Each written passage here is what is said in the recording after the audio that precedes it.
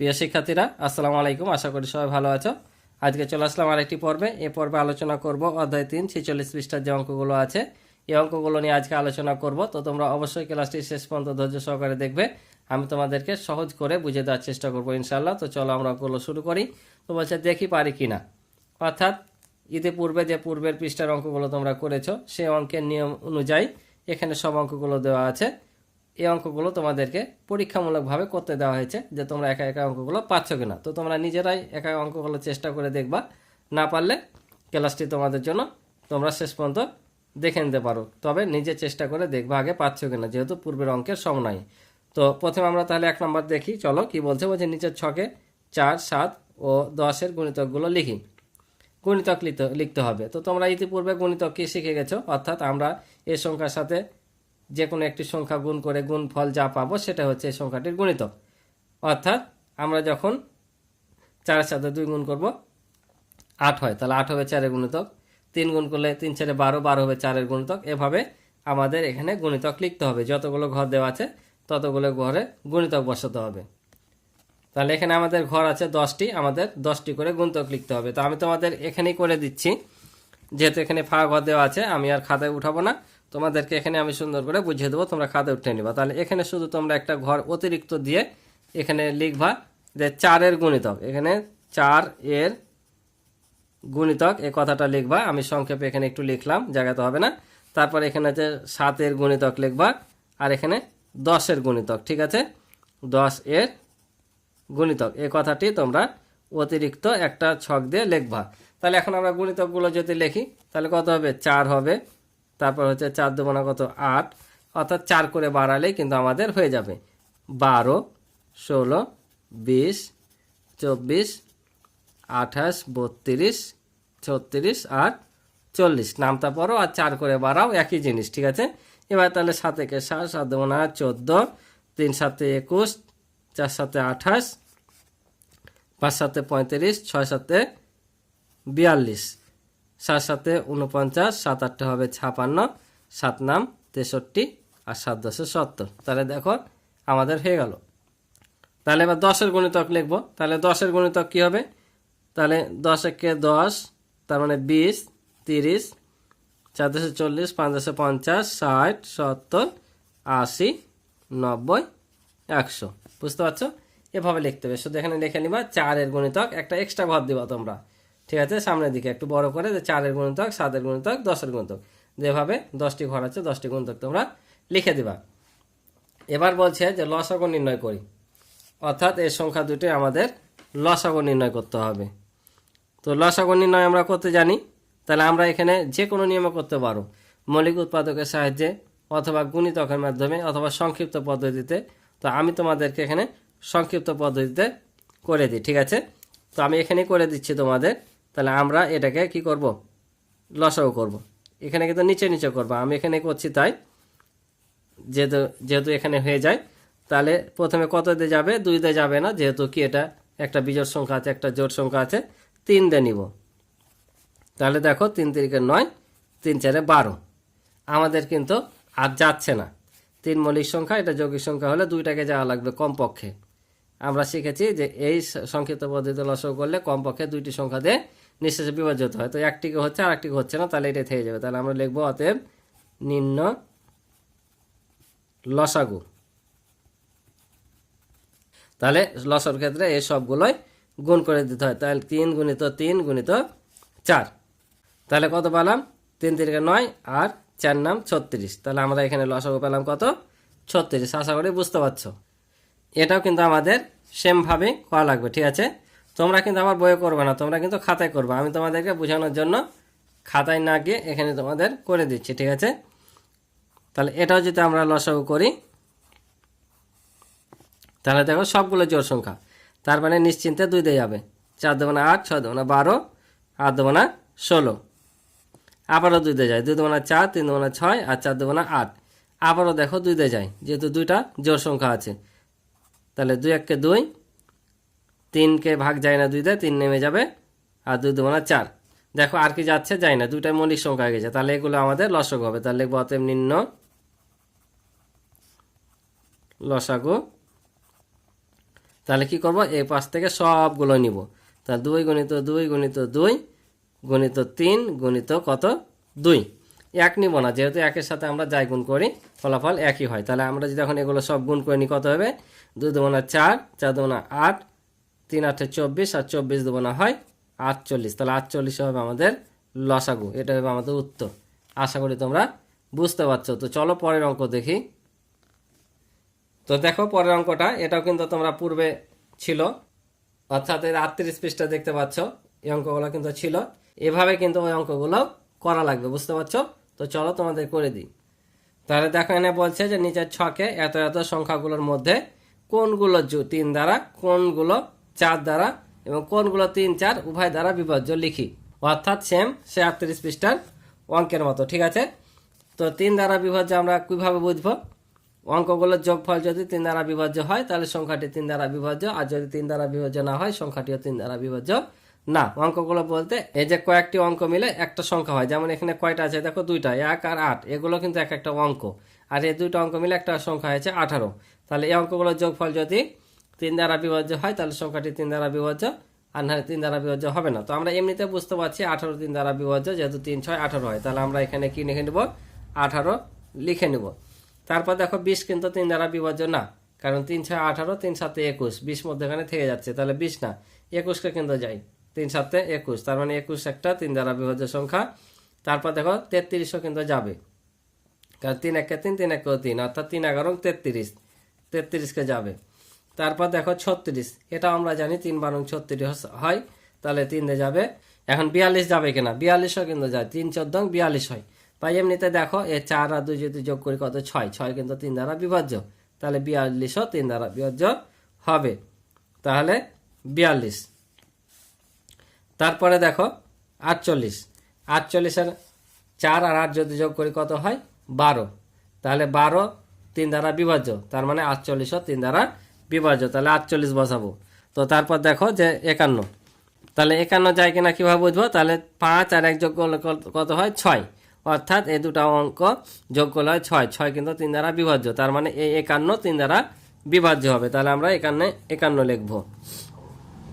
তারপর আছে 68, তাহলে যে 8 আর 6 যোগ করো, তাহলে কত হয় 8 6 14, 14 কি 3 দ্বারা বিভাজ্য, বিভাজ্য না, কারণ 3 5 15 হয়ে যায়, আর 3 4 12, তার মানে এটা 3 দ্বারা যোগফল 3 দ্বারা বিভাজ্য না, মানে সংখ্যাটিও 3 দ্বারা বিভাজ্য হবে না। এটা দেখো 1 8 2 আর 0 যোগ করলে 3 হয়, 3 কিন্তু 3 দ্বারা বিভাজ্য, তার মানে এই সংখ্যাটাও 3 দ্বারা বিভাজ্য।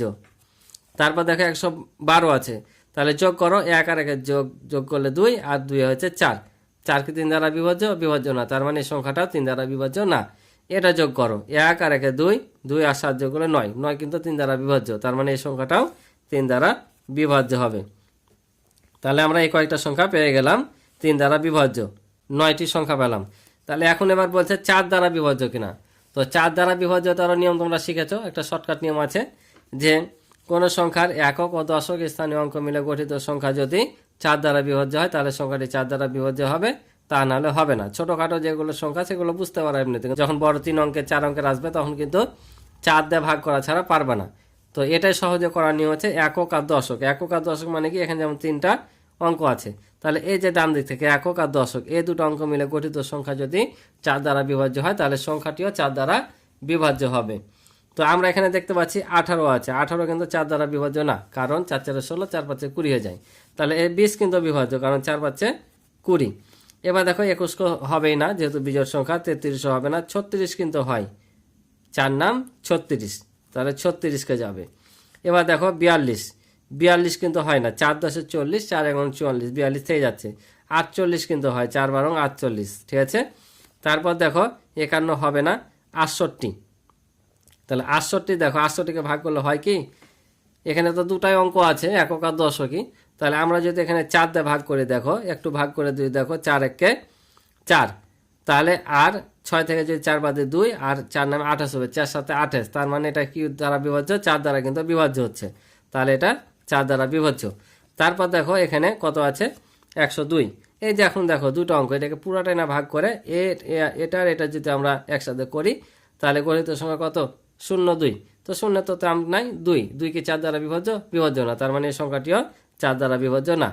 এবার দেখো একক আর দশক স্থানীয় অঙ্ক হচ্ছে গঠিত সংখ্যা হচ্ছে কত 12। তাহলে 12 কিন্তু 4 দ্বারা বিভাজ্য, তার মানে এই সংখ্যাটাও পুরাটাই 4 দ্বারা বিভাজ্য হবে। তাহলে আমরা এখানে 112 নিব।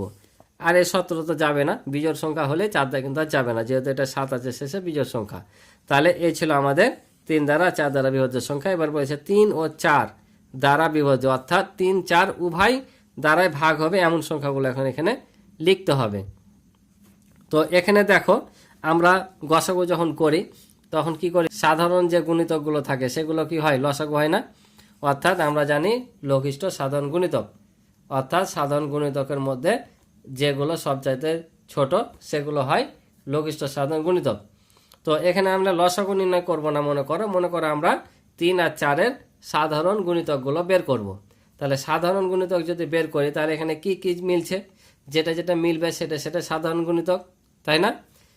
3-এর মধ্যে আর 4-এর মধ্যে এই সংখ্যাগুলো যেটা যেটা মিলবে সেটা হচ্ছে ধরবো যে 3 ও 4-এর সাধারণ গুণিতক। আর সাধারণ গুণিতক মানে কি 3 আর 4 দ্বারা উভয় দ্বারা বিভাজ্য হবে। তো আমরা এখানে দেখতে পাচ্ছি মিলছে কি কি, এখানে মিলছে 36 মিলছে একটা, বুঝতে পারছো। তার মানে আমরা দেখতে পাচ্ছি 36 3 দ্বারা বিভাজ্য 4 দ্বারা বিভাজ্য, তাহলে আমরা এখানে 36 লিখে নিব। তারপর আরেকটা দেখতে পাচ্ছি যে 48 মিলছে, দেখো তার মানে 48 3 4 উভয় দ্বারা বিভাজ্য, এগুলো হচ্ছে সাধারণ গুণিতক। আবার দেখো 51 নাই, 102ও নাই, এখানে 117 এটাও মিলছে না, অর্থাৎ আমরা এ দুটাই পাচ্ছি আর কিন্তু মিলছে না। তাহলে আমরা এ দুটাই যেহেতু পাচ্ছি তাহলে এ দুটাই 3 আর 4 দ্বারা বিভাজ্য, ঠিক আছে। এগুলো 3 দ্বারা, এগুলো 4 দ্বারা বিভাজ্য, আর এগুলোর মধ্যে যেগুলো মিলবে অর্থাৎ সাধারণ গুণিতক সেগুলো 3 আর 4 দ্বারা বিভাজ্য হবে। তাহলে আমরা মাত্র দুইটা পেলাম, 36 আর 48। তাহলে এটা হচ্ছে এই অঙ্কের অ্যান্সার, বুঝতে পারছো। তো চলো পরেরটা দেখি। তো পরেরটা বলছে দেখো নিচের ছকে 18, 24 ও 36-এর গুণনীয়কগুলো লিখি। এখানে জাস্ট 18, 24, 36-এর গুণনীয়কগুলো লিখতে হবে। তো গুণনীয়ক লিখবা কীভাবে, তোমরা যদি এখানে একটি একটি করে বসাও তাহলে হয়তো ভুল হতে পারে। তো তোমরা কিভাবে করবা আমি দেখিয়ে দিই।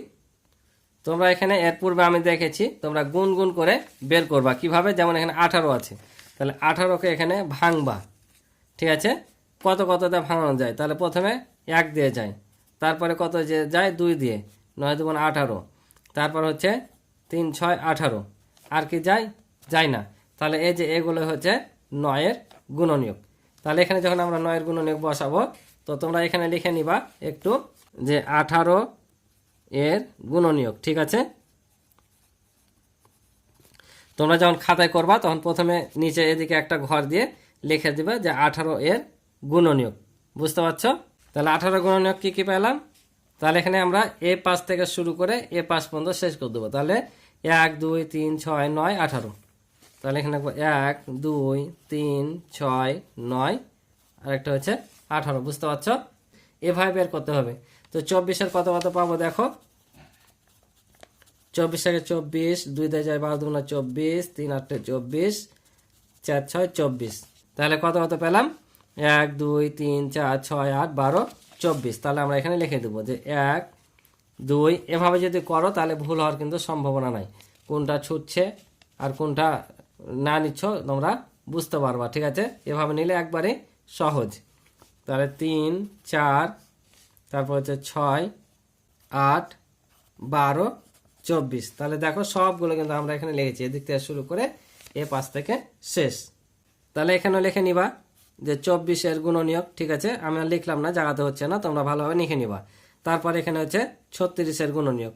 তাহলে 36-এর গুণনীয়ক বের করি সেভাবে। তাহলে 36 একে 36, তারপর হচ্ছে 18 2 36, আবারও কত দিয়ে যাবে 3 দিয়ে যায়, 3 12 হয় 36, আবার হয় 4 নাম 36, আর কত দিয়ে যাবে 6 6 36, আর কিন্তু যায় না।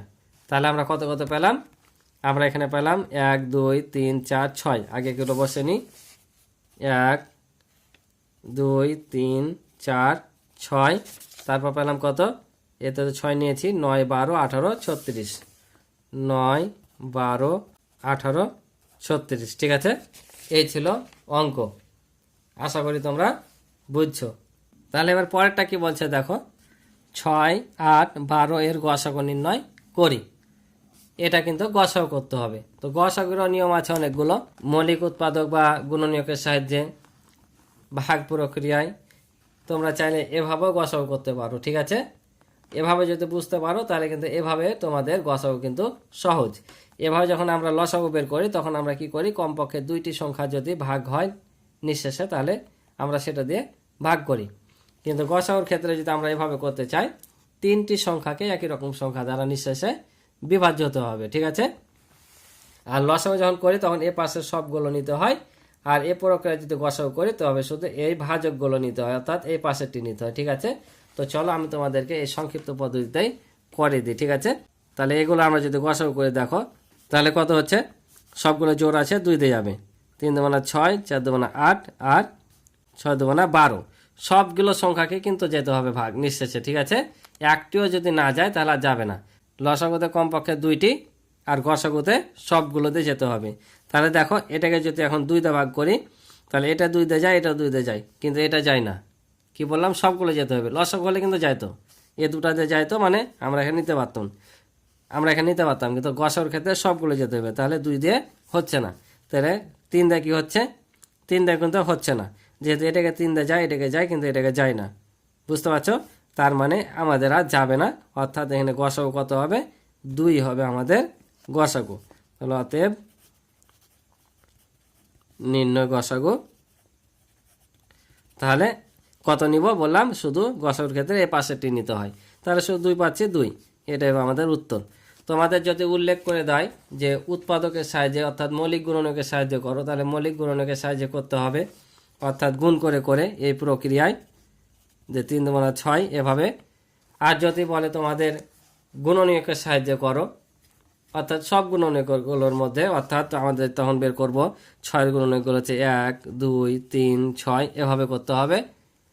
আর যদি সংক্ষিপ্ত পদ্ধতি বলে, এই পদ্ধতিটা বলবে না কিন্তু সাধারণত, বললে এ দুটাই বলবে। আর যদি কোনোটাই না বলে তুমি যে কোনোভাবে করতে পারো। গসাগুর আরেকটা নিয়ম আছে ভাগ প্রক্রিয়ায়, তো এটা তোমাদের 5-এর বইয়ে নাই, 6-এ পাবা। তো উল্লেখ না করলে যে কোনোভাবে করলেই হবে, আর উল্লেখ করে দিলে যেভাবে করতে বলবে, যে প্রক্রিয়া করতে বলবে সে প্রক্রিয়াতে করতে হবে। তো আজকে এই পর্যন্ত ছিল এই পর্বের অঙ্ক। আশা করি তোমরা অঙ্কগুলো বুঝেছো। ক্লাসটি ভালো লাগলে এবং কিছু শিখে থাকলে অবশ্যই চ্যানেলটি সাবস্ক্রাইব করে আমার পাশে থাকবে এবং ভিডিওতে একটি লাইক করে দিবে, এবং তোমাদের আরও কিছু জানা থাকলে কমেন্টের মাধ্যমে জানাবে। ঈদে পূর্বে যারা চ্যানেলটি সাবস্ক্রাইব করে রেখেছো তাদেরকে অসংখ্য ধন্যবাদ। আর আমার পূর্বের অঙ্কগুলো দেখতে, অর্থাৎ ক্লাসগুলো দেখতে, এই ভিডিও ডিসক্রিপশানে লিঙ্ক দেওয়া থাকবে, তোমরা সেখান থেকে দেখে নিতে পারো, অথবা আমার চ্যানেলে প্লে লিস্টে গিয়েও সরাসরি দেখে নিতে পারো। তো আজকে এই পর্যন্ত, ভালো থাকো, সুস্থ থাকো, আল্লাহ হাফিজ।